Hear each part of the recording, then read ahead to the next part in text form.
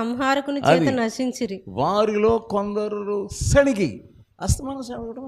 వాళ్ళు అలాగన్నారు, వీళ్ళు ఇలాగన్నారు.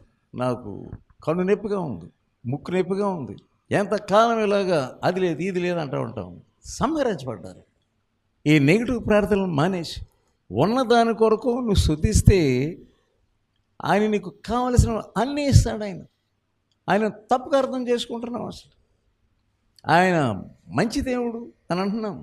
మంచి దేవుడు అయినప్పుడు నీకు అన్ని మంచిగా చేస్తాడు.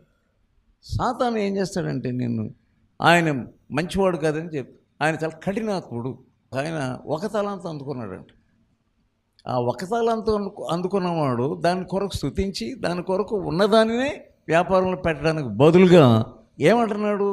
అయ్యా, నీవు విత్తని చోట కోయివాడవును. నువ్వు విత్తని చోట ఏది మైనస్ ఉందో అది ఆలోచిస్తాం. ఎప్పుడు మగ అది లేదు ఇది లేదు ఏదో